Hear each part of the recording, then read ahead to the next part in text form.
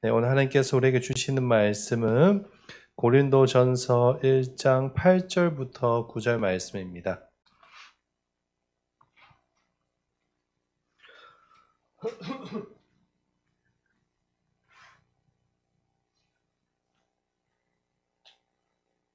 네, 고린도전서 1장 8절부터 9절 말씀, 우리 두 절인데요. 같이 한 목소리로 합독하도록 하겠습니다. 주께서 너희를 우리 주 예수 그리스도의 날에 책망할 것이 없는 자로 끝까지 경고하게 하시리라.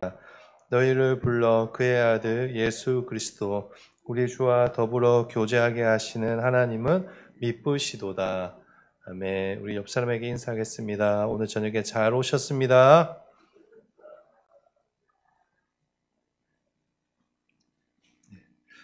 오늘 저녁에도 함께 말씀 나누고 기도할 때 하나님의 큰 은혜가 함께 하시기를 주의 이름으로 축복합니다. 우리가 지난주에 고린도 교회 부족한 모습에도 불구하고 바울이 먼저 감사했다는 사실에 대해서 말씀을 나누었습니다. 바울이 감사할 수 있었던 첫 번째 이유는 은혜로 은사를 주시며 또 그 은사를 통해 일하고 계시는 하나님께 바울이 초점을 맞추었기 때문입니다. 오늘은 바울이 감사할 수 있었던 두 번째 이유에 대해서 함께 생각해보고 은혜를 나누고자 합니다. 먼저 8절 말씀을 보시면 이렇게 적혀 있습니다. 주께서 너희를 우리 주 예수 그리스도의 날에 책망할 것이 없는 자로 끝까지 경고하게 하시리라. 여기 보시면 예수 그리스도의 날이라는 단어가 등장하는데 이것이 성경에서 매우 중요한 개념입니다. 이 예수 그리스도의 날이라는 단어는 구약에서는 다른 말로 무엇이라고 표현하는가 하면 여호와의 날이라고 표현됩니다. 요나서나 아모서나 또 스바냐 같은 예언서에 보시면 이 여호와의 날이라는 주제가 아주 중요한 주제로 등장하는데 이 여호와의 날이 어떤 날인가 하면 간단하게 요약하자면 하나님께서 궁극적으로 이 세상을 심판하시는 종말의 날을 의미하는 개념입니다. 그런데 하나님께서 이 세상을 다시 심판하시고 회복시키는 그 마지막 날에는 누가 이 세상에 다시 오십니까? 예수님께서, 우리 주 예수 그리스도께서 다시 재림하십니다.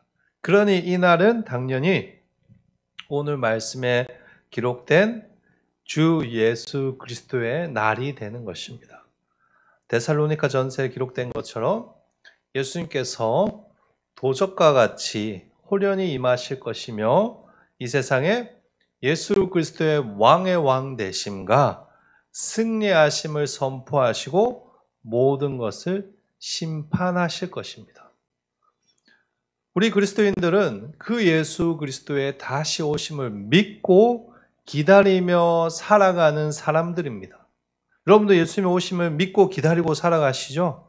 예수님 다시 오시는 그날을 마라나타의 신앙으로 기다리는 사람들이 그리스도인입니다. 오늘 우리 그 편지를 받는 고린도 교회 성도들 역시 마찬가지였습니다. 고린도 교회 성도들은 이 예수 그리스도의 날에 대한 분명한 믿음을 가지고 예수님의 오심을 기다렸습니다. 7절의 끝에 보실까요? 바울이 이렇게 이야기합니다. 우리 주 예수 그리스도의 나타나심을 어떻게 하고 있죠? 기다리는 것입니다. 하지만 문제는 그들이 예수님의 오심을 기다리지만 예수님의 오심에는 그다지 합당하지 못한 모습이었다는 것입니다. 지난주에 살펴본 것과 같이 고린도 교회는 하나님이 주신 은사를 가지고 무엇을 하였는가 하면 자신을 높이고 자신을 자랑하는 데 사용하였습니다. 뿐만 아니라 우리가 나중에 고린도 전서 5장이나 뒤에서 살펴보겠지만 서로 파벌을 나누어 가지고 여당, 야당 이렇게 나눠서 엄청 심하게 싸우기도 하고 또 교회 안에 심각한 성적인 타락의 문제가 있었습니다. 아주 심각했습니다. 그런 면에서 비록 예수님께서 다시 오신다는 믿음은 있었지만 고린도 교회는 예수님의 그 마지막 날에 합당하신 못한 모습이라고 평가할 수 있을 것입니다. 그렇다면 하나님 앞에서 고린도 교회는 마지막 때가 될 때 한심스럽고 못 믿어온 그런 존재로 평가를 받을 것인가? 그렇지 않다라는 것입니다. 비록 흠이 있고 문제가 많지만 그럼에도 하나님은 교회를 사랑하시고 교회를 끝까지 붙잡고 계신다는 것입니다. 그것이 오늘 바울이 고린도 교회를 향해서 하는 말씀입니다. 8절이죠. 주께서 너희를 우리 주 예수 그리스도의 날에 책망할 것이 없는 자로 끝까지 어떻게 한다고요? 경고하게 하시리라. 방금 읽은 8절에 보시면 또 이제 책망할 것이 없는 자라고 되어 있는데 이 말은 완벽하고 흠이 없어서 나무랄 데가 없다는 그런 말은 아닙니다. 우리 인간은 절대적인 선이시며 절대적인 기준 되시는 하나님 앞에서 흠이 없는 존재가 아무도 없습니다. 다 문제가 있습니다. 그렇다면 여기서 바울이 책망할 것이 없다라고 할 때 이 말은 무슨 말일까요, 여러분? 이 말은 하나님께서 죗값을 물으시지 않고 우리들을 의로운 하나님의 자녀로 받아주신다는 의미입니다. 예수님으로 인해서 우리의 모든 죄가 용서받고 믿으시죠, 그것을? 그리고 또 예수님으로 인해서 의롭다 칭함을 받는 것입니다. 우리는 비록 흠이 많고 부족함이 많은 죄인이지만 예수님께서 우리를 위해서 죽으시고 모든 죄를 십자가에서 해결해 주심으로 우리가 하나님 앞에서 오늘 말씀처럼 책망할 것이 없는 자가 되었다는 것입니다.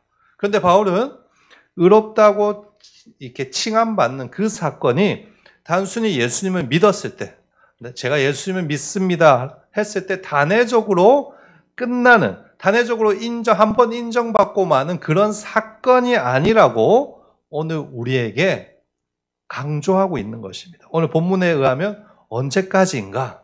아까 우리가 살펴본 대로 예수 그리스도의 날까지입니다. 그러니까 주님 다시 오실 그날에 우리 모두가 하나님 앞에서 책망할 것이 없는 여전히 하나님 앞에서 의로운 자녀로 인정을 받게 될 것이라는 그 말입니다. 그렇다면 우리가 예수 그리스도의 그날까지 책망할 것 없는 자로 인정받을 수 있는 그 근거는 무엇입니까? 하나님 때문입니다. 우리가 잘나서 그런 것이 아니라, 우리가 믿음 생활 잘해서 그런 것이 아니라 하나님이 그렇게 하신다고 바울이 이야기하는 것입니다. 8절 뒷부분에 보시면 바울이 명확하게 그 사실을 밝히고 있습니다. 끝까지 경고하게 하시리라. 누가 끝까지 경고하게 하십니까? 8절 제일 앞부분에 주님, 즉 우리 하나님이십니다. 하나님께서 성도들을 붙잡아서 마지막 때가 될 때까지 경고하게 만들어 가신다는 것입니다. 그래서 이 경고하게 하신다는 말에는 여러분 무엇이 포함되어 있는가 하면 하나님께서 그렇게 만들고야 마시겠다는 하나님의 의지와 열정이 포함되어 있는 것입니다. 우리 하나님은 우리가 부족하고 뭔가 좀 잘못했다고 우리를 버리시는 그런 분이 아니라 끝까지 책임지신다는 것입니다. 예수 믿도록 불러주셨다면 마지막 날 믿음 안에서 하나님의 자녀답게 자랄 수 있도록 마지막 날까지 책임져 주신다는 그 말입니다. 제 멋대로 살다가 그냥 놔두시다가 마지막 때가 되었어야, 그때서야 갑자기 의롭게 변화시켜 주는 것이 아니라는 그 말입니다. 하나님께서 우리의 모든 인생의 여정 가운데 간섭하시고 역사하셔서 우리를 하나님의 자녀답게 만들어 가신다는 그 말입니다. 나의 죄된 자아를 깨트려버리고 교만이 아닌 겸손한 사람으로 만들어 가시고 또 내 힘이 아니라 하나님의 힘을 의지하는 사람으로 하나님께서 만들어 가신다는 것입니다. 그 과정 가운데 고난이 있는 것이고 그 과정 가운데 실패도 있는 것이고 그 과정 가운데 주님과 함께 성장하는 시간도 있는 것입니다. 그러니 당연히 하나님에 대해서 바울이 무슨 이야기를 할 수밖에 없습니까? 하나님은 신실하시다. 그 이야기를 하는 것입니다. 그러니까 자연스럽게 9절이 등장하는 것입니다. 9절 말씀을 우리 같이 한 목소리로 읽어보도록 하겠습니다. 너희를 불러 그의 아들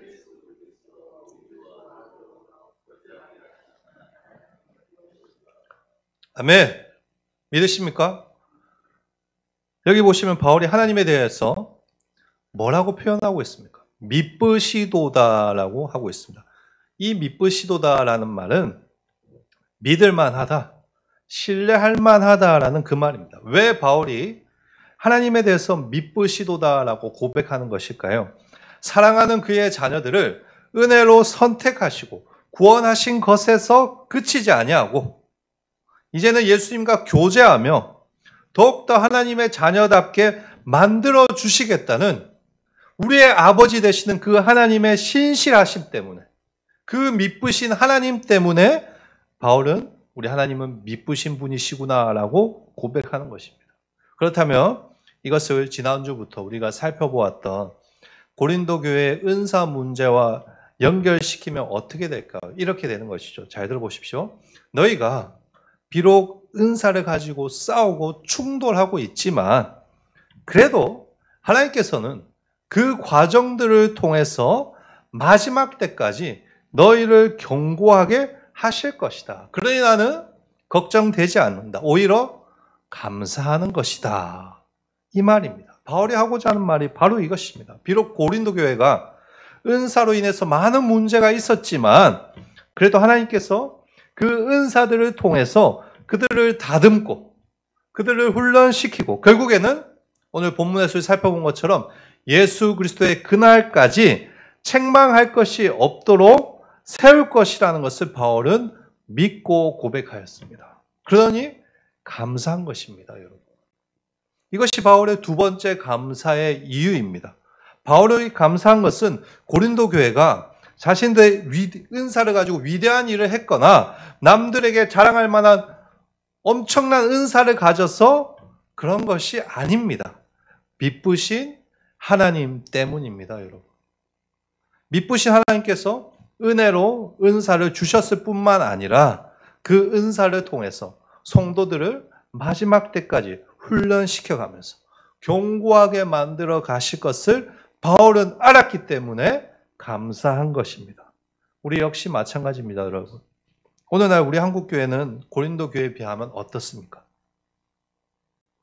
고린도 교회와 그다지 크게 차이가 있는 것 같지는 않습니다. 아니, 오히려 냉정하게 평가하자면 오늘날 한국교회가 고린도 교회보다 더욱 심하다고 할 수 있지도 않을까 생각이 듭니다.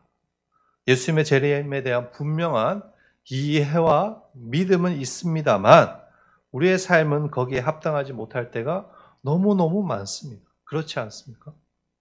하나님은 은혜 주셔서 이렇게 많은 복과 이렇게 많은 은사를 우리 한국교회에 주셨는데 그걸로 뭘 하고 있는가? 늘 자기 자랑하고 남들 비판하고 정죄하는 그런 존재가 우리 한국교회입니다. 그러나 그럼에도 우리는 감사해야 합니다.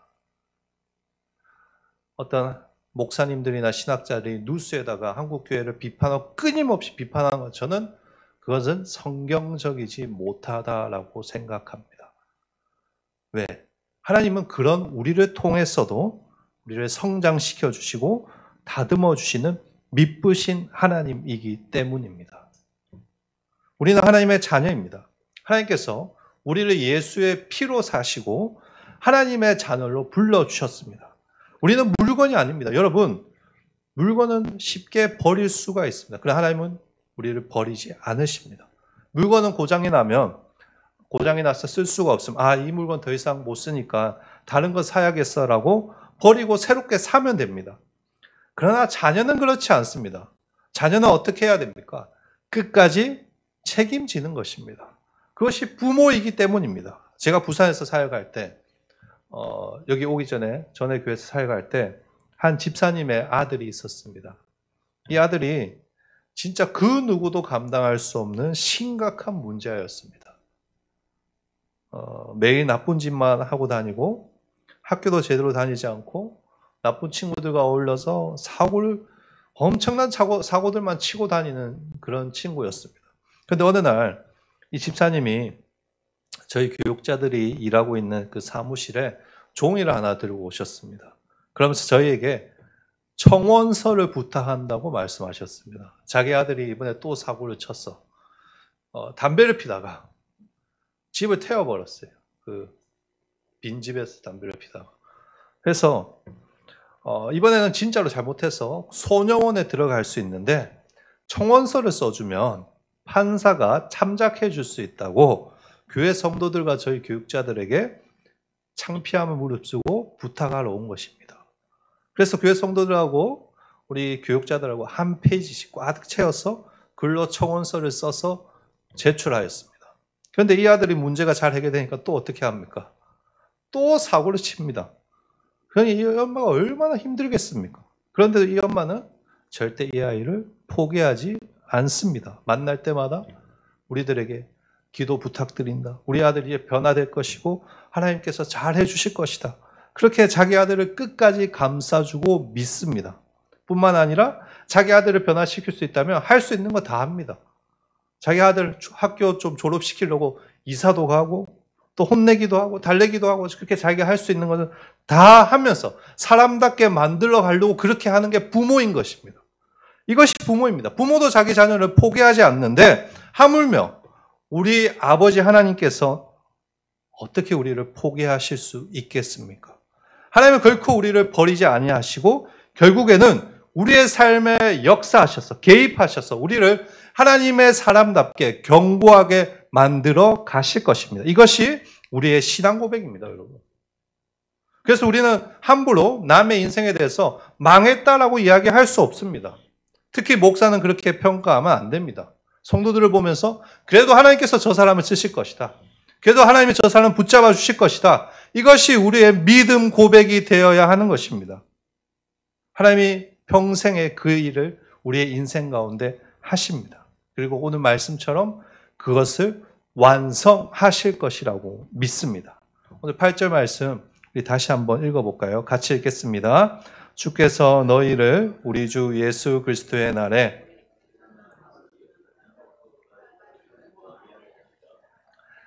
이 말씀이 우리 교회와 우리 성도들이 붙들고 가야 할 말씀입니다. 여러분, 사람만 보면 실망하고 걱정될 수밖에 없습니다. 그러나 그 사람을 견고하게 만들어갈 하나님을 바라보면 감사할 수 있습니다. 우리 교회가 이 미쁘신 하나님을 바라보면서 언제나 감사할 수 있는 하늘교회 되기를 소망합니다. 앞으로 우리 하늘교회가 걸어가야 할 여정들이 많이 있습니다. 저는 여러분과 함께 걸어갈 여정들을 생각하면 기대가 되고 감사합니다. 분명 그 여정 가운데 여러 가지 충돌도 있을 것이고 여러 가지 문제들도 발생할 수 있을 것입니다. 그러나 그것은 하나의 가정입니다. 오히려 그 가정들을 통해서 하나님께서 우리를 견고하게 하실 것을 믿으시고 항상 감사할 수 있는 그런 하늘교회 되기를 진심으로 축복합니다. 오늘 예배에 참여한 우리 성도들 역시 미쁘신 하나님을 바라보며 감사할 수 있는 성도 되기를 축복합니다. 비록 내 삶에 어려움과 아픔이 있고 답답함이 있지만 하나님께서 내 삶의 이 과정들을 통해서 일하고 계신다는 그 사실을 잊지 마십시오. 하나님 끝까지 우리를 붙드시고 견고하게 만들어 가시는 아버지십니다. 그 하나님을 생각하면서 어떤 상황 가운데서도 감사할 수 있는 그런 우리 모든 하늘교회 성도들 되시기를 주의 이름으로 진심으로 축복합니다. 아멘. 오늘 말씀 생각하면서 우리 함께 찬양하고 기도하도록 하겠습니다. 주 안에 있는 나에게 우리 함께 고백하겠습니다.